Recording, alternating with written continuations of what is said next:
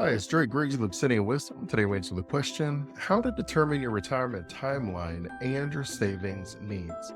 So I get this question often, whether it's in the comments or just in the meetings, where people are trying to figure out, hey, Dre, when is the time that I can actually retire? Am I on track to retire at 60? Am I on track to retire at 50? Am I on track to retire at 75?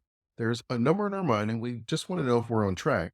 This question actually is not always just about the money. And today we'll discuss 10 things that you should consider to help you determine when you should retire and how much you actually should have saved so you can retire. So, first on our list, you want to have a vision of your ideal retirement. I often say your dream retirement, but my wife says that most people are really thinking about their dreams. They just kind of want their ideals. So, can you tone it down a little bit? And I often laugh, but I can appreciate it because a lot of people don't talk about their dreams. And when you do say dream, it can feel like you're talking about something that's not achievable, but it is a great place to start. You probably heard the saying, and I'm definitely one who believes it. You shouldn't be negotiating against yourself. So we should start with what your perfect, ideal dream retirement lifestyle looks like. Do you want to travel? Do you want to volunteer? Do you want to sit on the back porch and read a good book? Do you want to move to a different state or move into a different size house? There are so many things that you're going to be considering, but we should have an idea of what your dream retirement looks like. So for most people, we have not written down our goals, and if we haven't written it down, then it is just a dream, is kind of what some people will say. But it's for me, it's just a wish if you haven't written it down. I think dreams are okay, and I think dreams are achievable. We just have to put a plan in place to help you achieve it. So we need to see what your normal day looks like in retirement. Where are you going? Who are you hanging out with? What are you spending your time doing? What are maybe some things that you enjoyed in the past that you haven't done in a while that you would like to get back into in retirement? Number two on our list is, what age did you want to retire? We've already hinted at that a little bit earlier in the video, but what is that ideal age that you really do want to retire? Now, it doesn't have to just be when I have the money. We also should consider our health. How healthy do I feel now working? Do I enjoy the job that I have? Does it bring me fulfillment and satisfaction? Or does it feel like I'm slowly selling my soul to the devil every time I go in? Whatever we're thinking, these are often other aspects of retirement age that we don't consider as much. So we should be taking a look at our overall health. We should look at our family's health history. We should look at how we feel about our job. And of course, we should look at the financial aspect of whether we actually can afford to retire or not. Number three on the list is, we have to estimate our overall retirement expenses. There's a couple of ways that we can do this. The simplest way is you just take your expenses and multiply by 25. That's going to give you a rough estimate of how much money you should have saved. Now, other ways to do it is a little bit more technical. And so you could either set everything up in a budget where you're saying, this is how much I spend on my housing. If my house isn't paid off, this is what my car note is, my credit card debt, and just any of the debt that you have in general. And then whatever the groceries and the bills and the food are, we normally put a budget together where we'll start with our needs, and then we move into our wants, and then we kind of go into our dreams. And then we will allocate a certain portion of our retirement income to cover everything. Now, the reason we normally start with our needs is because that is going to be an indication of whether we really can retire or not. This is going to be our bare minimums. Like if something is going on from a health perspective or from a career deterioration perspective, then as long as I'm able to cover my needs, then maybe I should retire for the overall enjoyment of my life and flexibility in my health. But if I can't even cover my needs, then I know that it's not something that I can make that decision right now, or at least I have to be more strategic if I'm going to retire. Maybe I retire from that position and I can get something that's part time. And I'll put a link to another video where I go through some part time work objectives. But there are other strategies that we can implement to ensure that you have that flexibility. Now, a nice starting place for most people, if you don't plan on moving, is to just take 80% of your income. And the reason that we come to that is, for most people, you have certain taxes and you have your savings in your 401k and different things, to where that's about 20% of what your income is. So if you take away those taxes that you're not going to have to pay anymore, certain ones, obviously all of them aren't gone, but some of them I don't have to pay anymore. And then you take away the fact that I don't have to be investing for my retirement, then that's normally where you get the 80% of your income at. There are so many ways to come up with your income and your expenses, but for most people, it makes sense to start with whatever 80% of your current income is. Number four is, we need to account for inflation. So I don't have to spend a lot of time on this because we're dealing with inflation right now. And you've already seen where I've done videos and I'll put links to it where we discuss some of the Fed strategies to ensure that we don't have very high inflation. But the Fed ideally wants inflation to be about 2 to 3% every single year. And even if that is true, that does mean that about every 20 years that we have to have our money double because our purchasing power has cut in half.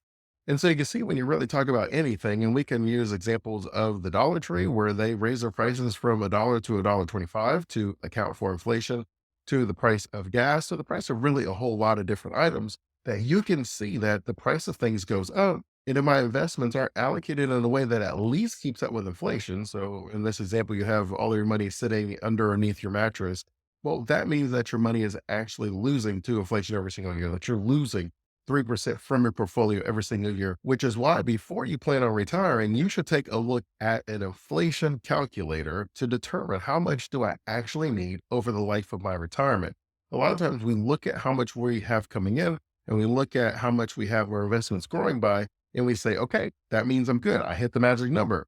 But if we're not keeping up with inflation, either from the perspective of my investments, because I'm not keeping up with inflation as far as the way I'm allocating my money, or if you just look at it from the total dollar amount. So if you're not going to keep up with inflation, then you should have more money saved in your account early on because it's going to catch up with us at some point in time. And we've all seen it. We've seen the price of eggs. We've seen the price of milk. We've seen the price, or at least we call it shrinkflation, where you've seen the size of certain items shrink because they don't want to raise the price, but they also can't give us the same quantity based on the new prices that they're receiving. And so when you look at the economy overall, and you start accounting for inflation, that sometimes can impact whether someone is actually able to retire or not from a financial perspective. Number 5 on the list is to calculate your savings needs. So there's 2 ways that you can do this. The simplest way is to just take whatever your ideal dream retirement income is, subtract whatever your social security is going to be, and then multiply that number by 25. When you multiply the number by 25, then that tells you how much you should have in your overall portfolio. The average American feels that they need about $1.7 million set aside for retirement. The other approach that you can use is called rule of 1000, which is a very fancy way of saying that for every $1,000 I want in retirement income each month, I need to have $240,000 set aside in investable assets. That's normally calculating about a 5% withdrawal rate. So that's where we get that number from. And so whatever you want as your monthly retirement income, we need to then just take whatever $240,000 is, and then you multiply it by whatever that number ends up being. So for example, if you wanted $60,000 each year and you multiply that by 25, that would give you about $1.5 million. $60,000, we chose that because that's about the median income of the average American. So that for most Americans, that's going to be the number that works for you. And then whatever your social security is, if you get it, if it's still here, you'll subtract it from that. And then if you wanted $2,000 a month to go with your social security, and you use the rule of 1000, then we would take $240,000 and we would just multiply it by 2. And that would give us $480,000. So we would need about $500,000 in our investable accounts to be able to have $2,000 a month in retirement income. Number 6 on our list is you need to identify your retirement income sources. So we need to consider this from a couple of perspectives. One is just, where is all of your money going to be coming in at? Is it going to be a pension? Is it going to be Social Security? Is it going to be investments that you have? Or is it possibly going to be real estate? Or maybe you have a business that's going to be paying you a dividend. Could you be going next level where you have a business and you want to give it to your kid and you have a private annuity set up with your child? There are a lot of ways that you can structure your income, but we need to be able to take a look at all of your streams of income for 2 reasons. One is we're going to calculate how much you can expect to receive each month in retirement. But 2, and often overlooked and pretty important, is we need to calculate what your taxes are going to be. The taxes are going to be different depending on where your income is coming from. Social Security is taxed different than your income that's coming from your 401k or 403b, which is taxed different than your income that is in your investable assets, which is taxed different than the income that you have from a real estate or a business. We know that from the most favorable tax perspective, where you have the ability to write off some of your expenses, having your income coming from a business or real estate is going to be ideal. But we also know that things like capital gains, where my money's been invested for a while, but I've already paid taxes on it, that's also very ideal as well. But it doesn't change the fact that if you have your money already inside of a Roth, that's tax-free income, or you have your money invested in municipal bonds, which is also tax-free income. And for some that are in higher income brackets where they've dabbled and have money inside of a whole life insurance policy, that is tax-free income that they also can have as well. And so when you look at these income streams and what your taxes are going to be from each of them, then that is how we design what your income streams and what order we're going to take the income in. And so you do have to take a look at where all your income streams are coming from, the likelihood of that income stream is to what I often look at. So that's like your probability of it being there, right? If you have a pension, that sounds good. But if you don't think the company is going to exist in 20 years, well, that doesn't sound as good. That's something that we have to consider in the retirement plan. If we have Social Security, same idea. If we don't think it's going to be there in 30 years, and not to spook anybody, I'm not saying that it will be literally nothing. Most of the numbers say that currently the Social Security, even if we didn't change anything, that in about 2040, 2041, that it would basically cut to maybe 70% of the benefits, which can be very tough for a lot of us. But that's what we're talking about when we're talking about calculating Social Security running out of money. Not that you get nothing from Social Security, but that it just lowers to about 70% of what the promised benefits are. Number seven on our list is creating your savings timeline. At some point, we realize either everything is perfect and on track, so we have nothing to worry about, or we realize that there's a gap, that the amount of income that I need to have saved and the amount of income that I have currently, they don't match. If there's a gap, we need to put a timeline together of how you're going to be able to get the money that you need by the time you retire. Whether that is a 5 year, a 10 year, or a 25-year plan, we're going to take whatever income that you need, put an investment strategy together, take what the average return is expected to be from that portfolio, and then we're going to determine how much we need to be investing every single month, every single year until you retire to hit whatever that dream retirement goal is.